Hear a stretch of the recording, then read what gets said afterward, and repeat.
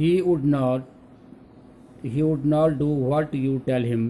So come, let us build strong homes. Let us join the doors firmly. Practice to firm the body. Make the heart steadfast. Do this, and the wind will be friend with us. The wind blows out weak fires to make strong fires roar and flourish. His friendship is good. We praise him every day. The poet wants us to make friends with the wind. यहाँ पे poet हमसे क्या चाहता है कि हमको wind के साथ दोस्ती करनी चाहिए। कैसे?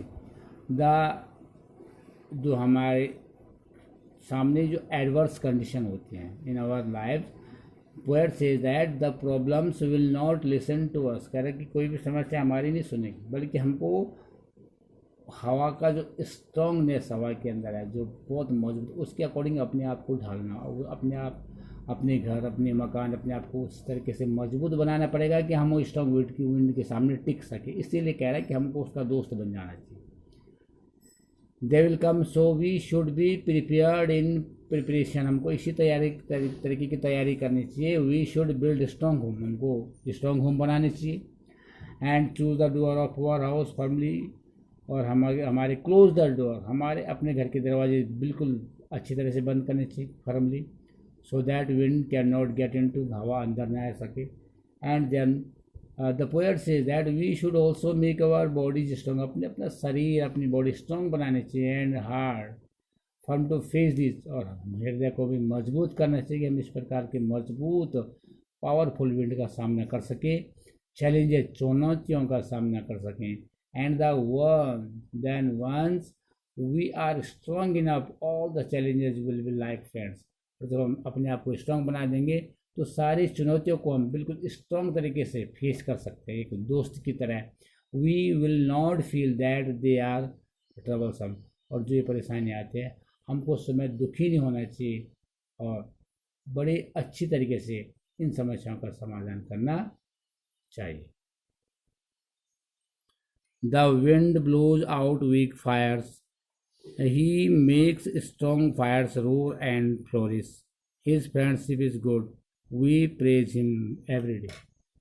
The poet has kept the wind on the pedestal. He is comparing the wind to God. God से compare करता है, और poet says that wind is good. Wind is God.